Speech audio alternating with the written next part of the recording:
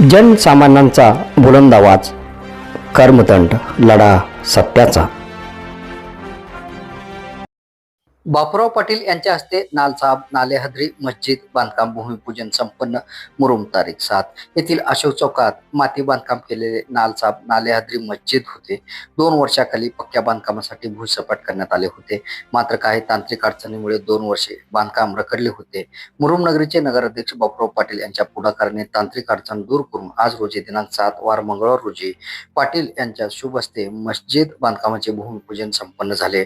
यावेळी उपनगराध्यक्ष रमेश चव्हाण, माजी नगराध्यक्ष धनराज मंगरुळे, रशीद शेख, डॉक्टर नितीन डागा, सलीम अत्तार, प्राध्यापक दिलीप इंगोले, ताजुद्दीन बागवान, महताब तास्कन, जाकीरभाई जमादार, नगरसेवक गौस शेख, गणेश अंबर, रूपचंद गायकवाड, राजेंद्र बेंडकाळे, अमर भोसगे, महमूद बागवान, बाबा शिकलगर, हानिफ शिकलगर, करीम ढोबळे, इस्माईल बागवान, गुलाब अंबुसे, अहमद ढोबळे, मस्तान भाई, सुजित शेळके, निजाम बागवान, रशीद तास्कन, अल्ताफ शिकलगर, इसाक जवळे, सलीम बागवान, अहमद बागवान आदींची उपस्थिती होती.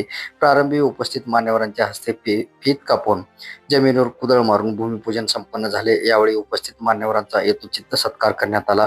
सदरील बांधकाम पूर्ण होईपर्यंत समाज बांधवांनी हनीफ शिकलगर यांच्याकडे जबाबदारी दिली आहे. यावेळी समाज बांधव मोठ्या संख्येने उपस्थित होते. कार्यक्रमाचे सूत्रसंचालन व आभार जुबेर अत्तार यांनी मानले.